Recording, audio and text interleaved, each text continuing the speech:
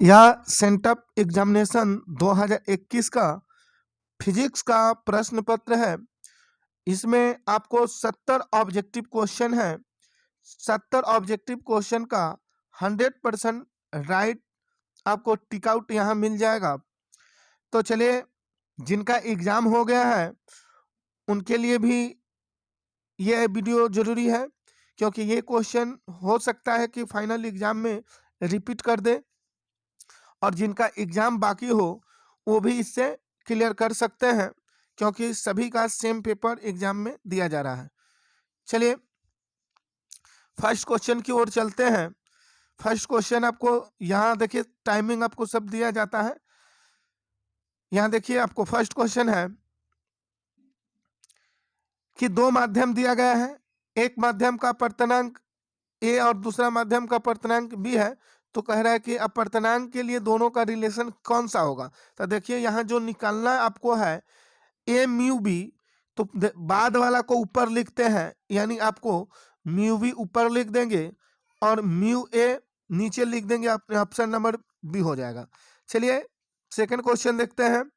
दो एक लेंस दिया गया है और लेंस के एक किसी माध्यम में रखा गया है, जिस माध्यम में रखा गया है उसका अपर्तनांक म्यू एम है और लेंस के अंदर का अपर्तनांक म्यू एल है। कह रहा है कि अगर कोई लाइट अगर गुजर रहा है तो वो सीधे निकल जा रहा है। इसका मतलब हुआ कि दोनों माध्यम का अपर्तनांक जो है आपका सेम है, यानी म्यू एम जो है म्यू एल के बराबर होगा। तो चलिए ऑप्शन नंबर देखते हैं, सी। ऑप्शन नंबर आपका क्या होगा? सी होगा। चलिए यहाँ देखिए थर्ड नंबर क्वेश्चन को, कह रहा है कि एक माध्यम का अपर्तनांक √2 है तो संगत क्रांति कोण क्या होगा। तो ये हल्का क्वेश्चन है, ये √45 डिग्री हो जाएगा √2 का।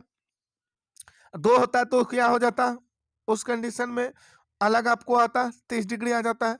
अब देखिए यहाँ कह रहा है कि सूक्ष्म कह रहा है कि संयुक्त सूक्ष्मदर्शी के अभिदृश्य द्वारा बनाया गया प्रतिबिंब कैसा होता है। तो अवास्तविक और बड़ा होगा, यानी ऑप्शन नंबर आपका डी होगा। यहाँ क्वेश्चन नंबर 5 को देखते हैं कि निम्नलिखित में कौन सा संबंध सही है। तो निम्नलिखित में आप जानते हैं कि कलांतर जो होता है वह कलांतर बराबर 2 pi divide by lambda into पथांतर, यानी ऑप्शन नंबर आपको बी राइट हो जाएगा।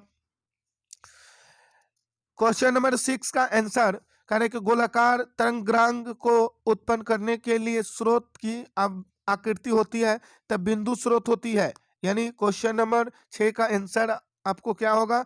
ए, ऑप्शन नंबर ए। अब देखिए 7 आपको कहा गया कि प्रकाश के रंग की जानकारी निम्न में से कौन देता है।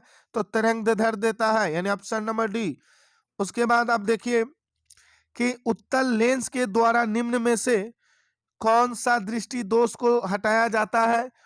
क्वेश्चन नंबर 8 जो है कि उत्तल लेंस के द्वारा निम्न में से कौन सा दृष्टि दोष को हटाया जाता है। तो आप ध्यान रखिएगा कि उत्तल लेंस दूर दृष्टि दोष को हटाता है और अवतल लेंस अगर कहता तो निकट दृष्टि दोष को हटाता है। ये निकट के लिए होगा, ये दूर के लिए होगा उत्तल दृष्टि दोष। चलिए क्वेश्चन नंबर 9 देखते हैं।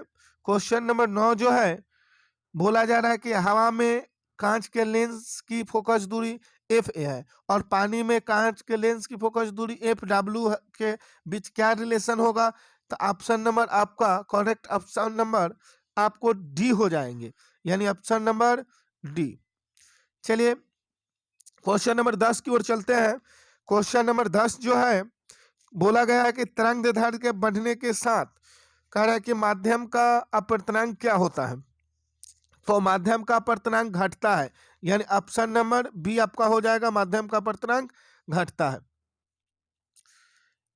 11 का है कि विभव प्रवणता, इसमें दिया गया है कि 11 का विभव प्रवणता का ऐसा मात्रक क्या होता है। तो इसका ऐसा ही मात्रक आपको ऑप्शन नंबर डी हो जाएंगे। इसका करेक्ट आंसर भी इंटू एम इनवर्स, यानी ऑप्शन नंबर ये डी हो जाएंगे। चलिए जल्दी जल्दी चलते हैं, नहीं तो वीडियो लंबा हो जाएगा। तो यहाँ देखिए कि 12 नंबर को देख रहे हैं। 12 नंबर में आपको दिया गया है कि एक बंद गोलीय सतह के अंदर आवेश कैपिटल क्यू माइनस क्यू के बीच एसआई मात्रक पूछ रहा है कि एसआई मात्रक में विद्युत फ्लक्स निम्न में से कौन सा होगा। तो 12 का आपका ऑप्शन करेक्ट होगा बी, 12 का बी हो जाएंगे। 13 का ऑप्शन नंबर देखिएगा कि 13 का करेक्ट ऑप्शन नंबर ए हो जाएंगे, ऑप्शन नंबर करेक्ट आपको ए हो जाएंगे।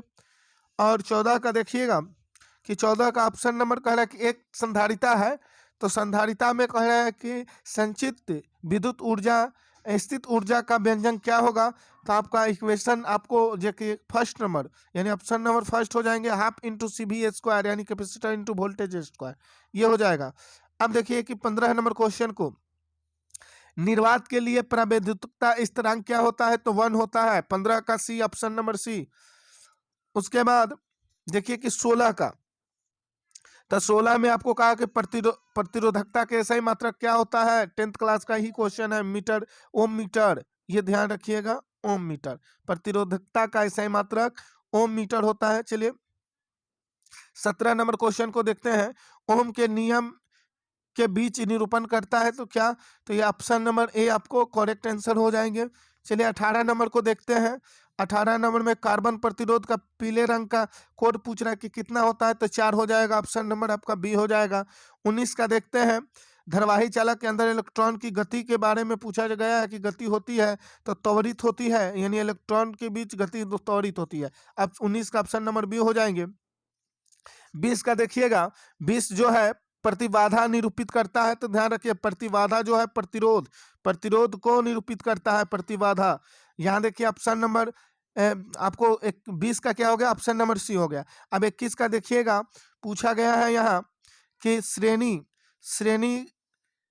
क्रमित एल आर परिपथ का शक्ति गुणांक क्या होता है, तो option number B R divide by, यानी R divide by root under R square plus omega square into L square हो जाएंगे। चलिए क्वेश्चन नंबर 22 को देखते हैं। क्वेश्चन नंबर 22 आपका है कि दिए गए चित्र में धारा आई का मान निम्नलिखित में कौन सही है। तो इसमें आप देखिए कि दो गो यहाँ तीन तीन जो है, दो गो आ रहे हैं, इसमें दो आ रहे हैं, दो जा रहे हैं, ये वाला और ये वाला दोनों या इस पॉइंट पे आ रहे हैं, और ये वाला और ये वाला दोनों के दोनों इधर निकल जा रहे हैं। तो इसका मतलब हुआ कि ये जो आ रहे हैं जा रहे हैं सभी का सम अगर 0 कर दिया जाए तो आपका आई का वैल्यू निकल के 2 एम्पियर आएगा, यानी ऑप्शन नंबर सी आपका करेक्ट आंसर हो जाएगा। चलिए क्वेश्चन नंबर 23 की ओर चलते हैं। क्वेश्चन नंबर 23 में है, कह रहा है कि सीधे अनंत लंबाई के धारावाही चालक के कारण चुंबकीय क्षेत्र के निम्नलिखित चुंबकीय क्षेत्र के लिए निम्नलिखित में से कौन सा सही संबंध होगा। तो ऑप्शन नंबर आपका ए करेक्ट आंसर हो जाएगा, ऑप्शन नंबर ए, ये वाला ध्यान रखिएगा। चलिए 24 का है, आदर्श वोल्टता का प्रतिरोध क्या होता है, तो शून्य होता है, ध्यान रखिएगा शून्य, अनंत नहीं मानना है, शून्य होता है। अब यहाँ आपको क्वेश्चन नंबर 24 हो गया। 25 देखिएगा, 25 में कहा गया है क्या कि तप तार एमीटर के द्वारा प्रतिवर्ती धारा का कौन सा मान मापा जाता है, तो मूल, औसत और मान क्या होता, मूल, औसत, वर्ग मान, यानी ऑप्शन नंबर बी आपका करेक्ट आंसर होंगे। इसी तरह 26 का देखिए, 26 में आपको दिया गया है कि एक समान चुंबकीय क्षेत्र में चुंबक के विक्षेपण में किया गया कार्य के लिए निम्नलिखित में कौन सा सही संबंध होगा, तो ऑप्शन नंबर आपका ए करेक्ट आंसर होगा। यहाँ देखिए कि 27 का चुंबकीय फ्लक्स का एसआई मात्रक क्या होता है, तो ध्यान रखिए ऑप्शन नंबर बी यानी वेबर, चुंबकीय फ्लक्स का एसआई मात्रक वेबर होता है। और यहाँ देखिए कि 28 क्वेश्चन नंबर 28 में कहा है कि पृथ्वी के चुंबकीय ध्रुव पर नमन कोण कितना होता है। क्वेश्चन नंबर आपको 28 है, इसका ऑप्शन आपको बी हो जाएंगे करेक्ट आंसर। अब चलिए 29 नंबर देखिएगा कि यहाँ 29 नंबर दिया गया है। क्वेश्चन नंबर 29 जो है, एक बहुत छोटे चुंबक के मध्य बिंदु से समान दूरी पर अक्षीय निरक्षीय स्थिति में चुंबकीय क्षेत्र का अनुपात क्या होता है, तो ऑप्शन नंबर आपका एक करेक्ट आंसर होगा 1:2। देखिएगा क्वेश्चन नंबर आपको 13 है, 30 है, सॉरी यहाँ देखिएगा, यानी 30, क्वेश्चन नंबर 30 है। निम्नलिखित में किस अस्तित्व नहीं है, मतलब निम्नलिखित में किसका अस्तित्व नहीं है? तो यहाँ ऑप्शन नंबर बी हो जाएगा, एकल चुंबक ध्रुव का अस्तित्व नहीं है, यानी ऑप्शन नंबर बी। अब चलिए, प्रोटॉन की ऊर्जा होती है, तो ऑप्शन नंबर कौन सा होगा? प्रोटॉन की ऊर्जा होती है यानी एच भी ये हो जाएगा 31 का, एच भी हो जाएगा। अब देखिए क्वेश्चन नंबर 32, निम्नलिखित में किस पर आवेश नहीं होता है? तो किस पे आवेश नहीं होता है? तो प्रोटॉन पे आवेश नहीं होगा आपका, बाकी सब कण पे आवेश होता है, अल्फा कण, बीटा कण, प्रोटॉन, ये सभी पर आवेश होता है, लेकिन प्रोटॉन पर आवेश नहीं होता है। ऑप्शन नंबर आपका सी हो जाएंगे। चलिए 33 का देखते हैं। निम्नलिखित में से कौन तरंग संख्या के बराबर होता है? तो निम्नलिखित में से तरंग संख्या 1/λ जो होता है, ऑप्शन नंबर बी, वह तरंग संख्या के बराबर होता है। चलिए 34 देखते हैं।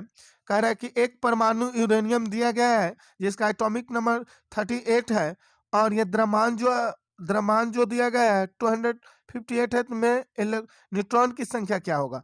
तो आप न्यूट्रॉन की संख्या ज्ञात करना चाह रहे हैं, तो ऐसा लिखिएगा कि 235 को ऊपर और ये नीचे वाला नंबर को घटा लीजिए, 38 को घटा लीजिए, 15 से 8 घटेगा कितना हो जाएगा? तो 15 में से 8 घटेगा 7, और यहाँ बचा 2, तो 2 यहाँ एक कैरी ले लीजिए, तो 12 से 3 घटा 9, 3 12 होता है ना, और यहाँ 1 बच जाएगा, 197 ऑप्शन नंबर आपका एक करेक्ट आंसर होंगे। अब चलिए 35 नंबर को देख रहे हैं। मूल गेट निम्न में से कौन सा है? मूल गेट जानते हैं, एंड और नॉट गेट को मूल गेट कहा जाता है, ऑप्शन नंबर आपका डी हो जाएगा। यहाँ 1+1 का द्विआधारी योग होता है, तो 1+1 का द्विआधारी योग 10 हो जाएंगे, यानी ऑप्शन नंबर क्या आपका बी करेक्ट आंसर होगा। चलिए इसी तरह क्वेश्चन नंबर 37 की ओर चलते हैं। क्वेश्चन नंबर 37 को देखिएगा कि क्वेश्चन नंबर 37 आपको इसमें दिया गया है, लॉजिक संकेत दिया गया है। यहाँ देखिए कि इनपुट आपको 2 को दिया गया है, आउटपुट 1 है, यानी ए और बी इनपुट हुआ और वाई आपको आउटपुट हुआ। निम्नलिखित में कौन सा समीकरण को सही दर्शाएगा? तो ये देखिए कि ऑप्शन नंबर डी को आपको करेक्ट दर्शाएगा। यही इसका इस बुलियन व्यंजक का इसका व्यंजक होता है, बुलियन व्यंजक, यानी इस लॉजिक गेट का। अब देखिए 38 जो है, एक मूल कण निम्न में से कौन नहीं है? आप जानते हैं कि इलेक्ट्रॉन, प्रोटॉन और न्यूट्रॉन आपको मूल कण है, इसमें अल्फा कण जो है वो मूल कण नहीं होंगे। 38 हो गया। अब देखिए 39 को देखते हैं। विद्युत चुम्बकीय तरंगों के चाल समान होती है, विद्युत चुम्बकीय तरंगों की चाल समान होती है सभी माध्यमों में, इसका आंसर याद रखिएगा, सभी माध्यमों में विद्युत चुम्बकीय तरंग की चाल समान होती है। उसके बाद क्वेश्चन नंबर हम 39 हो गया, 40 की ओर चलते हैं। क्वेश्चन नंबर 40 में ध्यान दीजिएगा कि बैंड की चौड़ाई के लिए स्पेक्ट्रम की अधिकतम आवृत्ति यानी मैक्सिमम जो फ्रीक्वेंसी है और मिनिमम फ्रीक्वेंसी है, उसके बीच में क्या रिलेशन है, संबंध क्या है? तो आप देखिएगा कि ऑप्शन नंबर आपको ए याद रखना है, करेक्ट आंसर होगा ऑप्शन नंबर ए। चलिए इसी तरह 41 को देखते हैं। यहाँ 41 जो है आपको कह रहा है कि प्रकाशीय तंतु का मूल सिद्धांत निम्नलिखित में कौन है? तो यहाँ कौन है, इसमें क्या होगा? तो पहला, प्रकाश का पूर्ण आंतरिक परिवर्तन, आपका ऑप्शन नंबर एक करेक्ट होगा। चलिए यहाँ 42 को देख रहे हैं। 42 में आपको दिया गया है कि दशमलव यहाँ दिया गया है कि 150, जो मतलब सॉरी, यहाँ 15 का द्विआधारी निकालना है 10 बेस पे, तो आप जानते हैं कि जब 15 का निकालिएगा तो ऑप्शन नंबर बी आपका करेक्ट आंसर हो जाएगा, यानी ऑप्शन नंबर बी आपको मारिएगा। 42 का है ये। देखिए 43 कह रहा है कि 1 नैनो कूलम बराबर होता है, तो नैनो कूलम जो होता है 10⁻⁹ कूलम के बराबर होता है, यानी ऑप्शन नंबर बी आपको नैनो कूलम 10⁻⁹ कूलम के बराबर होता है। 43 का ऑप्शन नंबर बी हो जाएगा। अब इसी तरह देखा जाए एक मिनट,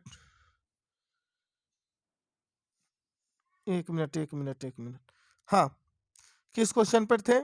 क्वेश्चन नंबर आपको 44 चलना था। क्वेश्चन नंबर 44 है, आवेश का रैखिक घनत्व का SI मात्रक क्या होता है? तो आवेश का रैखिक घनत्व जो होते हैं आपको कूलम पर सेंटीमीटर मतलब होगा, यानी C के पावर -2 जो लिखा है C इंटू M के पावर -2। ऑप्शन नंबर बी आपको करेक्ट आंसर होंगे, option number B. 1 minute, option number B आपको सही होगा। चलिए इसी तरह 45, अब आधा से तो अधिक आ गया है। अब देखिए कि एक आवेशित 45 जो एक आवेशित चालक के सतह और विद्युतीय क्षेत्र के रेखाओं के बीच क्या संबंध होता है? तो यहाँ ध्यान रखिएगा कि बीच का कोण पूछ रहा है, यानी 90 डिग्री होगा। यहाँ क्या होगा? 90 डिग्री होगा आपका, यानी 90 डिग्री यहाँ मार देना है आपका 90 डिग्री। चलिए आपको 46 नंबर क्वेश्चन की ओर चलते हैं। 46 नंबर क्वेश्चन कह रहा है कि चालक की धारिता और इसके क्षेत्रफल के बीच संबंध होगा। तो चालक की धारिता क्षेत्रफल के बीच क्या रिलेशन होता है? तो आप देखिएगा कि धारिता जो होता है क्षेत्रफल के प्रोपोर्शनल होता है, यानी आपको option number A correct answer होगा। अब देखिएगा कि 46 हो गया। अब देखिए 47, क्वेश्चन नंबर 47 कह रहा है कि आर त्रिज्या के गोलीय चालक की धारिता होगा। तो आर त्रिज्या के चालक का गोलीय धारिता क्या होगा? तो वो देखिए ऑप्शन नंबर आपका करेक्ट बी हो जाएंगे, यानी C = 4 pi into epsilon not into R, यानी ऑप्शन नंबर बी आपको करेक्ट आंसर है। चलिए इसी तरह क्वेश्चन नंबर 48 की तरफ चलते हैं। 48 है आपको क्या? 48 देखिएगा कि संधारिता के समांतर संयोजन में निम्नलिखित में से कौन राशि कार्य की समान रहती है? यानी संधारिता को जब समान किया तब विभवांतर, यानी ऑप्शन नंबर बी सी आपको करेक्ट आंसर हो जाएंगे 48 का। चलिए यहाँ 49 में आपको कहा गया है कि व्यतिकरण फ्रीज की चौड़ाई होती है, यानी कि क्या होगा? तो ऑप्शन नंबर यहाँ करेक्ट आपको ए हो जाएंगे, यानी beta = D lambda divide by small D. ये आपको option number A correct answer होंगे, सी नहीं होगा। यहाँ देखिए सी पहले से मारा हुआ ये सब है, ये लेकिन रॉन्ग है। ये देखिएगा कि 50 जो है 50 का 1 किलोवाट घंटा किसके बराबर होता है? तो आप जानते हैं 3 इंटू 6, तो 3.6 इंटू 10⁻⁶ जूल के बराबर होता है। ये 10th में भी पढ़ना है आप लोग को। यहाँ देखिए कि फ्लेमिंग के दाहिने हाथ के नियम में माध्यम निरूपित करता है। तो माध्यम प्रेरित धारा की दिशा को निरूपित करता है, ये ध्यान रखिएगा 51 का। चलिए आप यहाँ आपको एक रिलेशन दिया गया है, प्रेरित प्रतिघात होता है। प्रेरित प्रतिघात क्या होगा? तो ऑप्शन नंबर ए रखिए कि XL = ओमेगा इंटू एल हो जाएगा, यानी ऑप्शन नंबर ए। अब देखिए कि 53 को देख रहे हैं। 53 में आपको रिलेशन दिया गया है, प्रतिवर्ती धारा परिपथ में शक्ति होता है, प्रतिवर्ती धारा परिपथ में शक्ति होता है। तो आपको ऑप्शन नंबर ए याद रखने हैं कि यानी PAV यानी ERM इंटू IRMS जो है और cos फाई होगा, यानी ये आपको हो जाएगा, यानी क्वेश्चन नंबर 53 का। चलिए आप क्वेश्चन देख रहे हैं 54, कह रहे हैं कि निम्नलिखित में किस उपकरण के साथ ताम्र क्षय जुड़ा होता है? तो ट्रांसफर के द्वारा, मतलब ट्रांसफर में क्या होता है? ट्रांसफार्मर ऑप्शन नंबर डी हो जाएंगे।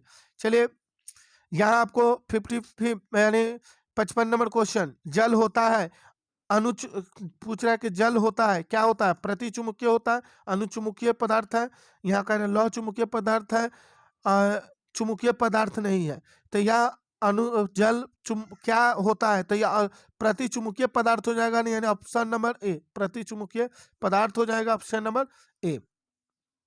यहाँ देखिए कि आपको 56 जो है, 56 जो कहा जा रहा है कि एक्स किरणों के लिए तरंग प्रास होता है। तो एक्स किरणों के लिए तरंग पदार्थ प्रास जो होगा आपको ऑप्शन नंबर ए, यानी 10⁻11 मीटर से 10⁻7 मीटर तक आपको आंसर सही होगा। चलिए यानी 56 का ए ध्यान रखिएगा, 56 का ए हो जाएगा। अब देखिए 57 देख रहे हैं। 57 जो है बर्फ का निरपेक्ष अपवर्तनांक होता है, मालूम है आप लोग को कि 1.31 होगा। चलिए यहाँ क्वेश्चन नंबर 58 देखते हैं। खगोलीय दूरबीन के दूरबीन के समान खगोलीय दूरबीन के समान संयोजन में नली की लंबाई होती है। दोनों जुड़ जाएगा भाई, प्लस वाला हो जाएगा। Option number A, option number A हो जाएंगे F0 F0 प्लस FE। अब यहाँ देखिए कि 59 नंबर, वन विक्षेपण क्षमता होती है, वन विक्षेपण क्षमता होती है, यानी ऑप्शन नंबर ए हो जाएंगे omega equal to mu V minus mu R divide by mu Y minus 1 हो जाएगा। अब देखिए कि क्वेश्चन नंबर अब 60 का देखते हैं, 60 को देखते हैं। प्रकीर्णित प्रकाश की तीव्रता, यानी प्रकीर्णित प्रकाश की तीव्रता आई के लिए निम्नलिखित में कौन सा संबंध सत्य है? तो ऑप्शन नंबर डी आपको 100% करेक्ट आंसर है, यानी जो आई प्रोपोर्शनल टू 1/λ के पावर 4 हो जाएंगे। यहाँ आपका 61 है, 61 में आपको दिया गया है कि यहाँ देखिए कि एक एलिमेंट है x, इसका यहाँ z और इसको a लिखा है, तो a क्या है? तो ऊपर नीचे वाला परमाणु संख्या को रिप्रेजेंट करता है, ध्यान रखिए परमाणु संख्या, और ऊपर वाला द्रव्यमान को, तो यानी क्या हो जाएगा? ये द्रव्यमान संख्या हो जाएगा। अब देखिए 61 नंबर तो हो गया, 61 नंबर का आपको बी हो जाएंगे। और 62 नंबर क्या होगा? एक परमाणु का द्रव्यमान मात्रक कह रहे हैं कि बराबर होता है, कितना होता है? तो यहाँ ध्यान रखिएगा कि option number A 1.6605 into 10⁻⁻27 kg इसके बराबर होता है। अब 63 का देखिएगा, 63 में आपको दिया गया है, 63 में दिया गया है रेडियो एक्टिविटी विखंडन के लिए निम्नलिखित में कौन सा सही है? तो ऑप्शन नंबर बी आपका करेक्ट आंसर होगा, n equal to n not into e⁻⁻λt, ये हो जाएंगे। अब देखिए 64 नंबर, क्वेश्चन नंबर 64 का आंसर देखिएगा कि द्विआधारी में कौन सही है, निम्नलिखित में कौन सा द्विआधारी सही है? तो ऑप्शन नंबर ए ही आपको सही करेक्ट आंसर होगा, ऑप्शन नंबर ए। चलिए 65 को देख रहे हैं, 65 है रचनात्मक व्यतिकरण के लिए कलांतर होता है, यानी 65 का ऑप्शन नंबर आपको ए हो जाएंगे। चलिए 66 का देखते हैं, 66 जो है 1 मेगा इलेक्ट्रॉन वोल्ट बराबर होता है, यानी 10⁻6 इलेक्ट्रॉन वोल्ट के बराबर होता है, यानी आपको 66 का ए हो जाएगा। चलिए 67 देखते हैं, 67 में कह रहा है कि सोडियम का कार्यफलन होता है, 67 में सोडियम का कार्यफलन 2.75 इंटू इलेक्ट्रॉन वोल्ट होता है, यानी ये ऑप्शन नंबर ए हो जाएंगे।